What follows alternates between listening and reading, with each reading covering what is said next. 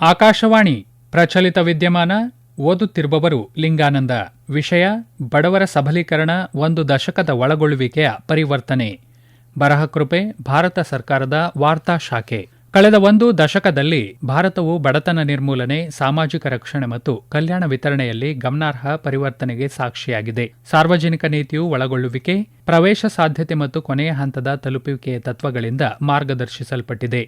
ಇದು ಆರ್ಥಿಕ ಬೆಳವಣಿಗೆಯ ಲಾಭಗಳು ಎಲ್ಲರಿಗೂ ಹಂಚಿಕೆಯಾಗುವುದನ್ನು ಖಚಿತಪಡಿಸಿದೆ. ಕಳೆದ 12 ವರ್ಷಗಳಲ್ಲಿ ಭಾರತದ ಸುಸ್ಥಿರ ಸಾರ್ವಜನಿಕ ಮಧ್ಯಸ್ಥಿಕೆಗಳು ಅಗತ್ಯ ಸೇವೆಗಳ ಲಭ್ಯತೆಯನ್ನು ವಿಸ್ತರಿಸಿದ್ದು, ಹಿಂದುಳಿದ ಕುಟುಂಬಗಳಲ್ಲಿನ ಅಭಾವವನ್ನು ಕಡಿಮೆ ಮಾಡಿವೆ. ವಿಸ್ತೃತ ಕಲ್ಯಾಣ ವಿತರಣೆ ಮತ್ತು ಸಾಮಾಜಿಕ ರಕ್ಷಣಾ ಕ್ರಮಗಳ ಮೂಲಕ ಸುಮಾರು 25 ಕೋಟಿ ಜನರು ಬಹು ಆಯಾಮದ ಬಡತನದಿಂದ ಹೊರಬಂದಿದ್ದಾರೆ. ಗ್ರಾಮಗಳಲ್ಲಿ ನೀರಿನ ಸಂಪರ್ಕವು 2019ರಲ್ಲಿ 3.23 ಕೋಟಿ ಕುಟುಂಬಗಳಿಂದ ಮೇ 2026ರ ವೇಳೆಗೆ 15.84 ಕೋಟಿ ಕುಟುಂಬಗಳಿಗೆ ಏರಿಕೆಯಾಗಿದೆ. 12.11 ಕೋಟಿಗೂ ಹೆಚ್ಚು ಮನೆಯ ಶೌಚಾಲಯಗಳನ್ನು ನಿರ್ಮಿಸಲಾಗಿದ್ದು, ಗ್ರಾಮೀಣ ನೈರ್ಮಲ್ಯ ವ್ಯಾಪ್ತಿಯನ್ನು 2014ರ 39%ರಿಂದ ಸಾರ್ವತ್ರಿಕ ವ್ಯಾಪ್ತಿಗೆ ಏರಿಸಲಾಗಿದೆ. ಪ್ರಧಾನಮಂತ್ರಿ ಉಜ್ವಲ ಯೋಜನೆಯು 10.57 ಕೋಟಿಗೂ ಹೆಚ್ಚು ಉಚಿತ ಎಲ್ಪಿಜಿ ಸಂಪರ್ಕಗಳನ್ನು ಒದಗಿಸಿದ್ದು, ಮಹಿಳೆಯರ ಆರೋಗ್ಯವನ್ನು ಸುಧಾರಿಸಿದೆ ಮತ್ತು ಮನೆಯೊಳಗಿನ ಮಾಲಿನ್ಯವನ್ನು ಕಡಿಮೆ ಮಾಡಿದೆ. ಆಯುಷ್ಮಾನ್ ಭಾರತ್ 43.93 ಕೋಟಿ ಆರೋಗ್ಯ ಕಾರ್ಡುಗಳನ್ನು ವಿತರಿಸಿದ್ದು, ಆರ್ಥಿಕವಾಗಿ ದುರ್ಬಲವಾಗಿರುವ ಕುಟುಂಬಗಳಿಗೆ ಕೈಗೆಟುಕುವ ಆರೋಗ್ಯ ಸೇವೆಯನ್ನು ವಿಸ್ತರಿಸಿದೆ. 81 ಕೋಟಿಗೂ ಹೆಚ್ಚು ಫಲಾನುಭವಿಗಳಿಗೆ ಉಚಿತ ಆಹಾರ ಧಾನ್ಯಗಳನ್ನು ಖಚಿತಪಡಿಸಿದ್ದು, ರಾಷ್ಟ್ರವ್ಯಾಪಿ ಬಡ ಕುಟುಂಬಗಳಿಗೆ ಆಹಾರ ಭದ್ರತೆಯನ್ನು ಬಲಪಡಿಸಿದೆ. ಮಹಿಳಾ ಪ್ರಾಥಮಿಕ ಶಾಲಾ ಶಿಕ್ಷಣ ತೊರೆದವರ ಪ್ರಮಾಣ 2013-14ರಲ್ಲಿ 4.6ರಿಂದ 2024-25ರಲ್ಲಿ 0.3ಕ್ಕೆ ತೀವ್ರವಾಗಿ ಇಳಿಕೆಯಾಗಿದೆ. ಡಿಜಿಟಲ್ ಆಡಳಿತ ಸುಧಾರಣೆಗಳು ಆಧಾರ್ ಆಧಾರಿತ ಪಡಿತರ ವಿತರಣೆಯನ್ನು ಸಕ್ರಿಯಗೊಳಿಸಿವೆ. ಗುರಿ ಆಧಾರಿತ ನೀರು, ನೈರ್ಮಲ್ಯ ಮತ್ತು ಜೀವನೋಪಾಯದ ಮಧ್ಯಸ್ಥಿಕೆಗಳ ಮೂಲಕ ಆಕಾಂಕ್ಷಾ ಜಿಲ್ಲೆಗಳು ಮತ್ತು ಬುಡಕಟ್ಟು ಪ್ರದೇಶಗಳಲ್ಲಿ ಕಲ್ಯಾಣ ವಿತರಣೆಯನ್ನು ಸಹ ವಿಸ್ತರಿಸಲಾಗಿದೆ.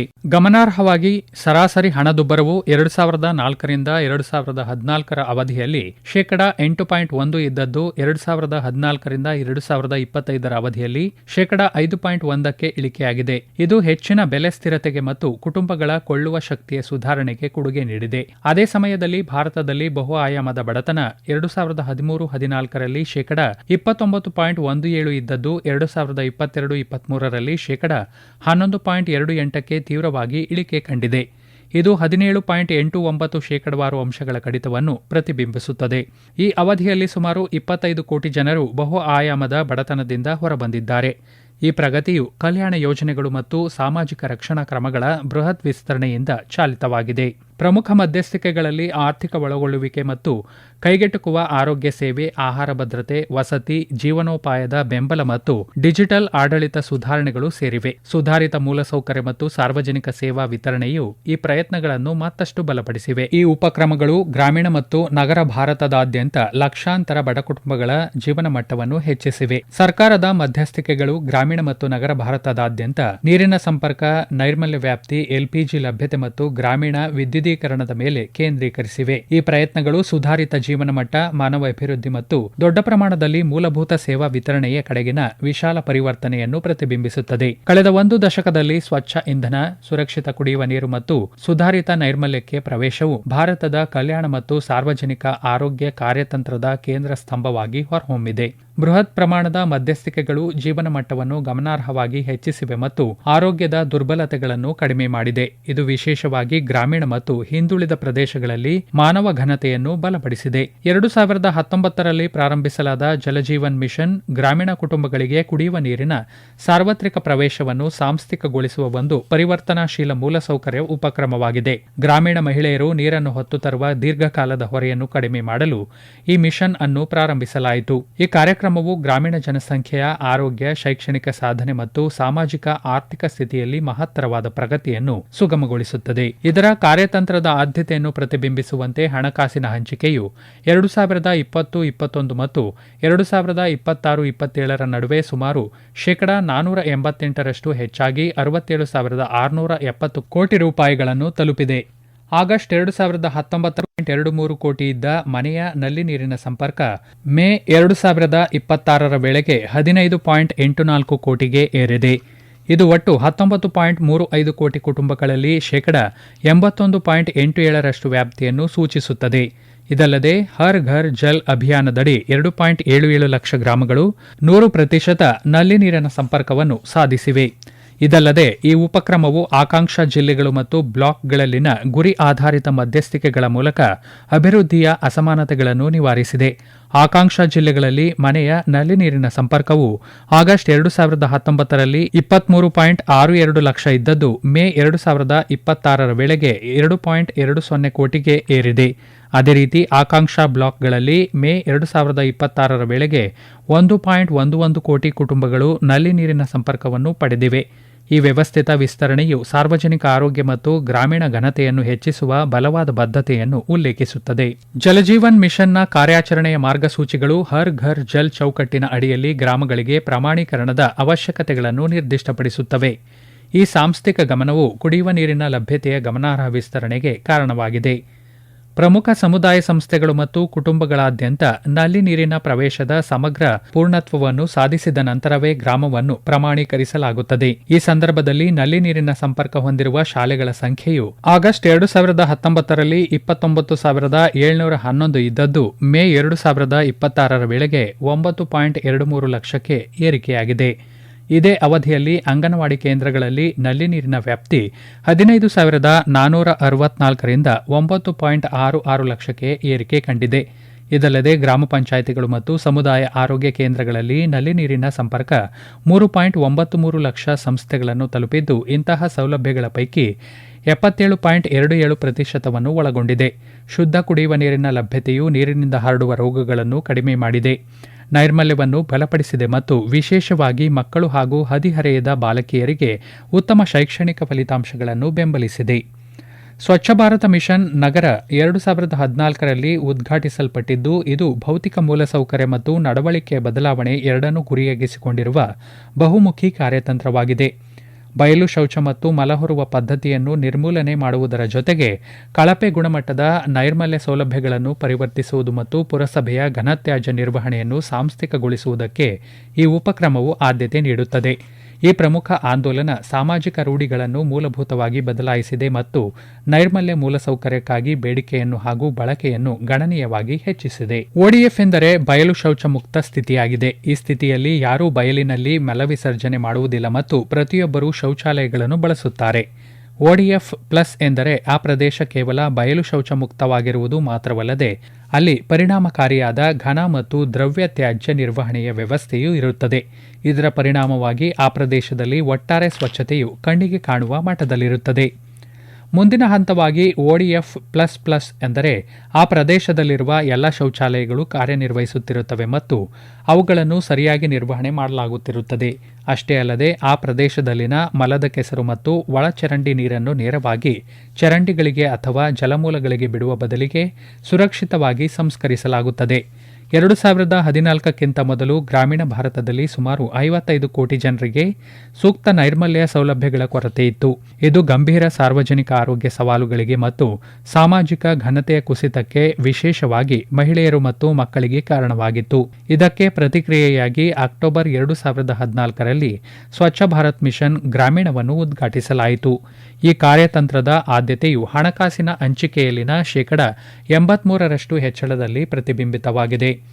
ಬಜೆಟ್ ಹಂಚಿಕೆಯು 2014-15ರಲ್ಲಿ 3,929 ಕೋಟಿ ರೂಪಾಯಿನಿಂದ 2026-27ರಲ್ಲಿ 7,192 ಕೋಟಿ ರೂಪಾಯಿಗಳಿಗೆ ಏರಿಕೆ ಕಂಡಿದೆ. ಈ ಮಿಷನ್ ಅಡಿಯಲ್ಲಿ ಇಲ್ಲಿಯವರೆಗೆ 12.11 ಕೋಟಿಗೂ ಹೆಚ್ಚು ವೈಯಕ್ತಿಕ ಮನೆಯ ಶೌಚಾಲಯಗಳನ್ನು ನಿರ್ಮಿಸಲಾಗಿದೆ. ಮೊದಲ ಹಂತದಲ್ಲಿ ನೈರ್ಮಲ್ಯ ವ್ಯಾಪ್ತಿಯು 2014ರಲ್ಲಿ ಶೇಕಡ 39ರಷ್ಟು ಇದ್ದದ್ದು 2019ರ ವೇಳೆಗೆ ಶೇಕಡ 100ಕ್ಕೆ ಗಮನಾರ್ಹವಾಗಿ ಹೆಚ್ಚಾಯಿತು. ಇದರ ನಂತರ 2019ರಲ್ಲಿ ಭಾರತವನ್ನು ಬಯಲು ಶೌಚಮುಕ್ತ ಎಂದು ಘೋಷಿಸಲಾಯಿತು. ಮಾರ್ಚ್ 2026ರ ವೇಳೆಗೆ 5 ಲಕ್ಷಕ್ಕೂ ಹೆಚ್ಚು ಗ್ರಾಮಗಳು ODF ಪ್ಲಸ್ ಮಾದರಿ ಸ್ಥಾನಮಾನವನ್ನು ಪಡೆದುಕೊಂಡಿವೆ. ಗ್ರಾಮೀಣ ಭಾರತದಲ್ಲಿ ಘನ ಮತ್ತು ದ್ರವ ತ್ಯಾಜ್ಯ ನಿರ್ವಹಣಾ ವ್ಯವಸ್ಥೆಗಳ ಮೂಲಕ ಸಮಗ್ರ ಗ್ರಾಮ ಸ್ವಚ್ಛತೆಯನ್ನು ODF ಪ್ಲಸ್ ಒಳಗೊಂಡಿದೆ. ಈ ಪ್ರಗತಿಯು ಮೂಲಭೂತ ಸೌಕರ್ಯದಿಂದ ಸಮಗ್ರ ಪರಿಸರ ನೈರ್ಮಲ್ಯದ ಕಡೆಗಿನ ವ್ಯವಸ್ಥಿತ ಬದಲಾವಣೆಯನ್ನು ಉಲ್ಲೇಖಿಸುತ್ತದೆ. ಗ್ರಾಮೀಣ ಭಾರತದಾದ್ಯಂತ ಸಮಗ್ರ ತ್ಯಾಜ್ಯ ನಿರ್ವಹಣಾ ಶಿಷ್ಟಾಚಾರಗಳನ್ನು ಸಾಂಸ್ಥಿಕಗೊಳಿಸಲಾಗಿದೆ. 5.31 ಲಕ್ಷ ಗ್ರಾಮಗಳಲ್ಲಿ ಘನ ತ್ಯಾಜ್ಯ ನಿರ್ವಹಣಾ ವ್ಯವಸ್ಥೆಗಳು ಮತ್ತು 5.50 ಲಕ್ಷ ಗ್ರಾಮಗಳಲ್ಲಿ ಬೂದು ನೀರಿನ ನಿರ್ವಹಣಾ ವ್ಯವಸ್ಥೆಗಳು ಸಕ್ರಿಯವಾಗಿವೆ. ಈ ಮೂಲಸೌಕರ್ಯ 5,482 ಬ್ಲಾಕ್ಗಳಲ್ಲಿ ಹರಡಿರುವ 2,415 ಪ್ಲಾಸ್ಟಿಕ್ ತ್ಯಾಜ್ಯ ನಿರ್ವಹಣಾ ಘಟಕಗಳಿಂದ ಮತ್ತಷ್ಟು ಬಲಗೊಂಡಿದೆ. ಸ್ವಚ್ಛ ಭಾರತ ಮಿಷನ್ ಸಾಧನೆಯು ಅನಾರೋಗ್ಯ ಮತ್ತು ಮರಣ ಪ್ರಮಾಣದಲ್ಲಿನ ಗಮನಾರ್ಹ ಇಳಿಕೆಯೊಂದಿಗೆ ಸಂಬಂಧ ಹೊಂದಿದೆ. ಇದಲ್ಲದೆ ಗೋಬರ್ಧನ್ ಉಪಕ್ರಮ ತೀವ್ರ ಬೆಳವಣಿಗೆಯನ್ನು ಕಂಡಿದೆ.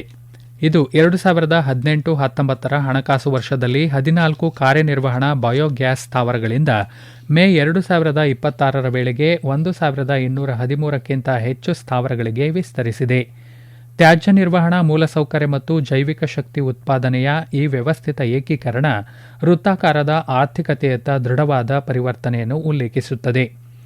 ಸಾರ್ವತ್ರಿಕ ಇಂಧನ ಲಭ್ಯತೆಗಾಗಿ ಭಾರತದ ಸಮಗ್ರ ಕಾರ್ಯತಂತ್ರವು ಸ್ವಚ್ಛ ಅಡುಗೆ ಇಂಧನ, ರೂಫ್ ಟಾಪ್ ಸೋಲಾರ್ ಅಳವಡಿಕೆ ಮತ್ತು ಸಂಪೂರ್ಣ ಗ್ರಾಮೀಣ ವಿದ್ಯುದೀಕರಣದ ಮೇಲೆ ಕೇಂದ್ರೀಕರಿಸುತ್ತದೆ. 2016ರಲ್ಲಿ ಪ್ರಾರಂಭವಾದ ಪ್ರಧಾನಮಂತ್ರಿ ಉಜ್ವಲ ಯೋಜನೆ ಆರ್ಥಿಕವಾಗಿ ದುರ್ಬಲವಾಗಿರುವ ಕುಟುಂಬಗಳಲ್ಲಿ ಸಾಂಪ್ರದಾಯಿಕ ಅಡುಗೆ ಇಂಧನಗಳ ಮೇಲಿನ ಅವಲಂಬನೆಯನ್ನು ಕಡಿಮೆ ಮಾಡಲು ಪ್ರಯತ್ನಿಸುತ್ತದೆ. ಈ ಯೋಜನೆಯು ಬಡ ಕುಟುಂಬಗಳ ವಯಸ್ಕ ಮಹಿಳಾ ಫಲಾನುಭವಿಗಳಿಗೆ ಉಚಿತ ಎಲ್ಪಿಜಿ ಸಂಪರ್ಕಗಳನ್ನು ಮತ್ತು ರೀಫಿಲ್ ಬೆಂಬಲವನ್ನು ಒದಗಿಸುತ್ತದೆ. ಪಿಎಂಯುವೈ ಮನೆಯೊಳಗಿನ ವಾಯುಮಾಲಿನ್ಯವನ್ನು ಮತ್ತು ಜೈವಿಕ ಇಂಧನಗಳ ಮೇಲಿನ ಅವಲಂಬನೆಯನ್ನು ಕಡಿಮೆ ಮಾಡುವ ಮೂಲಕ ಗ್ರಾಮೀಣ ಆರೋಗ್ಯ ಮತ್ತು ಜೀವನ ಪರಿಸ್ಥಿತಿಗಳನ್ನು ಸುಧಾರಿಸಿದೆ. ಈ ಯೋಜನೆಯು ಮಹಿಳೆಯರ ಕಷ್ಟವನ್ನು ಕಡಿಮೆ ಮಾಡುತ್ತದೆ, ಅಲ್ಲದೆ ಪರಿಸರ ಸಂರಕ್ಷಣೆಗೆ ಬೆಂಬಲ ನೀಡುತ್ತದೆ ಮತ್ತು ಪೌಷ್ಟಿಕಾಂಶದ ಫಲಿತಾಂಶಗಳನ್ನು ಸುಧಾರಿಸುತ್ತದೆ. ಮೇ 2026 ಹೊತ್ತಿಗೆ ಬಡತನ ರೇಖೆಗಿಂತ ಕೆಳಗಿರುವ ಕುಟುಂಬಗಳ ಮಹಿಳೆಯರಿಗೆ 10.57 ಕೋಟಿಗೂ ಹೆಚ್ಚು ಉಚಿತ ಎಲ್ಪಿಜಿ ಸಂಪರ್ಕಗಳನ್ನು ಒದಗಿಸಲಾಗಿದೆ. ಪರಿಣಾಮವಾಗಿ ದೇಶದಲ್ಲಿ ಎಲ್ಪಿಜಿ ಸಂಪರ್ಕಗಳ ಒಟ್ಟು ಸಂಖ್ಯೆಯು 2014ರಲ್ಲಿ 14.52 ಕೋಟಿಯಿಂದ 2026ರಲ್ಲಿ 33.39 ಕೋಟಿಗೆ ಏರಿಕೆಯಾಗಿದೆ. 2024ರಲ್ಲಿ ಪ್ರಾರಂಭವಾದ ಪ್ರಧಾನಮಂತ್ರಿ ಸೂರ್ಯಘರ್ ಮುಫ್ತ್ ಬಿಜ್ಲಿ ಯೋಜನೆಯು ಸೋಲಾರ್ ಮೇಲ್ಛಾವಣಿ ಸೌರಶಕ್ತಿ ವ್ಯವಸ್ಥೆಗಳ ಅಳವಡಿಕೆಯನ್ನು ಉತ್ತೇಜಿಸುತ್ತದೆ. ಇದು ಮನೆಯ ಸೌರವಿದ್ಯುತ್ ಸ್ಥಾಪನೆಗಳಿಗೆ ಸಬ್ಸಿಡಿಗಳನ್ನು ಒದಗಿಸುತ್ತದೆ ಮತ್ತು ತಿಂಗಳಿಗೆ 300 ಯೂನಿಟ್ವರೆಗೆ ಉಚಿತ ವಿದ್ಯುತ್ ಒದಗಿಸುತ್ತದೆ. ಇದು ಬಡ ಮತ್ತು ಮಧ್ಯಮ ವರ್ಗದ ಕುಟುಂಬಗಳಿಗೆ ವಿದ್ಯುತ್ ವೆಚ್ಚವನ್ನು ಕಡಿಮೆ ಮಾಡಲು ಸಹಾಯ ಮಾಡುತ್ತದೆ. ಹೆಚ್ಚುವರಿ ವಿದ್ಯುತ್ತನ್ನು ಮಾರಾಟ ಮಾಡುವ ಮೂಲಕ ಹೆಚ್ಚಿನ ಆದಾಯವನ್ನು ಗಳಿಸಲು ಇದು ಅನುವು ಮಾಡಿಕೊಡುತ್ತದೆ. ಕಲ್ಯಾಣ ಆಧಾರಿತ ಉಪಕ್ರಮವಾಗಿ ಇದು ಇಂಧನ ಸ್ವಾವಲಂಬನೆಯನ್ನು ಬೆಂಬಲಿಸುತ್ತದೆ ಮತ್ತು ಪಳೆಯುಳಿಕೆ ಇಂಧನ ಆಧಾರಿತ ವಿದ್ಯುತ್ ಮೇಲಿನ ಅವಲಂಬನೆಯನ್ನು ಕಡಿಮೆ ಮಾಡುತ್ತದೆ. ಈ ಯೋಜನೆಯ ಮೇಲಿನ ಹೆಚ್ಚುತ್ತಿರುವ ಒತ್ತು ಗಮನಾರ್ಹವಾಗಿದ್ದು 2026-27ರಲ್ಲಿ ಕೇಂದ್ರ ಬಜೆಟ್ ಹಂಚಿಕೆಯು 22,000 ಕೋಟಿ ರೂಪಾಯಿಗೆ ಏರಿಕೆಯಾಗಿದೆ. ಆರಂಭಿಕ ಹಂಚಿಕೆಯು 2024-25ರಲ್ಲಿ 6,250 ಕೋಟಿ ರೂಪಾಯಿ ಆಗಿತ್ತು. ಏಪ್ರಿಲ್ 2026 ಹೊತ್ತಿಗೆ ಈ ಯೋಜನೆಯು 36.8 ಲಕ್ಷ ಕುಟುಂಬಗಳಿಗೆ ಪ್ರಯೋಜನವನ್ನು ನೀಡಿದೆ. ಸೋಲಾರ್ ರೂಫ್ ಟಾಪ್ ಘಟಕಗಳ ಸಂಖ್ಯೆ ಡಿಸೆಂಬರ್ 2024ರಲ್ಲಿ 6.3 ಲಕ್ಷ ಇದ್ದದ್ದು ಏಪ್ರಿಲ್ 2026 ವೇಳೆಗೆ 30 ಲಕ್ಷಕ್ಕೆ ಗಮನಾರ್ಹವಾಗಿ ಏರಿಕೆ ಕಂಡಿದೆ. ಸಾರ್ವತ್ರಿಕ ಗೃಹ ವಿದ್ಯುದೀಕರಣವನ್ನು ಖಚಿತಪಡಿಸಿಕೊಳ್ಳಲು 2017ರಲ್ಲಿ ಪ್ರಧಾನಮಂತ್ರಿ ಸಹಜ್ ಬಿಜ್ಲಿ ಹರ್ ಘರ್ ಯೋಜನೆ ಸೌಭಾಗ್ಯ ಪ್ರಾರಂಭಿಸಲಾಯಿತು. ಇದು ರಾಷ್ಟ್ರವ್ಯಾಪಿ ಎಲ್ಲ ಆಸಕ್ತ ಕುಟುಂಬಗಳಿಗೆ ವಿದ್ಯುತ್ ಸಂಪರ್ಕವನ್ನು ಒದಗಿಸುತ್ತದೆ. ಈ ಯೋಜನೆಯು ಉತ್ತಮ ಆರೋಗ್ಯ ಮತ್ತು ಶೈಕ್ಷಣಿಕ ಫಲಿತಾಂಶಗಳಿಗೆ ಕೊಡುಗೆ ನೀಡಿದ್ದು ಸೀಮೆ ಎಣ್ಣೆಯ ಮೇಲಿನ ಅವಲಂಬನೆಯನ್ನು ಕಡಿಮೆ ಮಾಡಿದೆ. ಇದು ವಿಶೇಷವಾಗಿ ಮಹಿಳೆಯರಿಗೆ ಒಟ್ಟಾರೆ ಜೀವನ ಪರಿಸ್ಥಿತಿಗಳನ್ನು ಸುಧಾರಿಸುತ್ತದೆ. ಈ ಯೋಜನೆಯಡಿಯಲ್ಲಿ ಮಾರ್ಚ್ 2019 ವೇಳೆಗೆ ರಾಷ್ಟ್ರವ್ಯಾಪಿ 100% ಆಸಕ್ತ ಕುಟುಂಬಗಳನ್ನು ವಿದ್ಯುದೀಕರಿಸಲಾಗಿದೆ. ವಿದ್ಯುದೀಕರಣದ ವ್ಯಾಪ್ತಿಯನ್ನು ಮನೆಗಳಿಗೆ ಮಾತ್ರವಲ್ಲ ಬೀದಿಗಳು ಮತ್ತು ಸಮುದಾಯ ಮೂಲಸೌಕರ್ಯಗಳಿಗೂ ವಿಸ್ತರಿಸಲಾಗಿದ್ದು 2014ರಲ್ಲಿ ಪ್ರಾರಂಭಿಸಲಾದ ದೀನ್ ದಯಾಳ್ ಉಪಾಧ್ಯಾಯ ಗ್ರಾಮ ಜ್ಯೋತಿ ಯೋಜನೆಯು ಗ್ರಾಮೀಣ ವಿದ್ಯುತ್ ಮೂಲಸೌಕರ್ಯವನ್ನು ಬಲಪಡಿಸುವತ್ತ ಗಮನಹರಿಸಿತು. ಈ ಯೋಜನೆಯು ಕೃಷಿ ಚಟುವಟಿಕೆಗಳಿಗೆ ವಿಶ್ವಾಸಾರ್ಹ ವಿದ್ಯುತ್ ಪೂರೈಕೆಯನ್ನು ಸಹ ಖಚಿತಪಡಿಸುತ್ತದೆ. ಈ ಯೋಜನೆಯಡಿ 2025 ವೇಳೆಗೆ 100% ಗ್ರಾಮ ವಿದ್ಯುದೀಕರಣವನ್ನು ಸಾಧಿಸಲಾಗಿದೆ.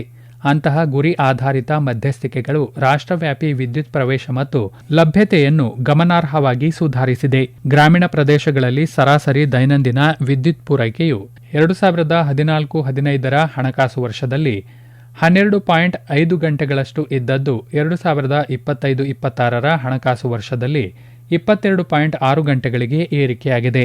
ಇದುವರೆಗೂ ಪ್ರಚಲಿತ ವಿದ್ಯಮಾನ ಕೇಳಿದಿರಿ. ಪ್ರಧಾನ ಸಂಪಾದಕರು ಬೆಂಗಳೂರು ಆಕಾಶವಾಣಿ ಸುದ್ದಿ ವಿಭಾಗದ ಸಹಾಯಕ ನಿರ್ದೇಶಕರಾದ ಸುಹಾಸ್ ಆರ್.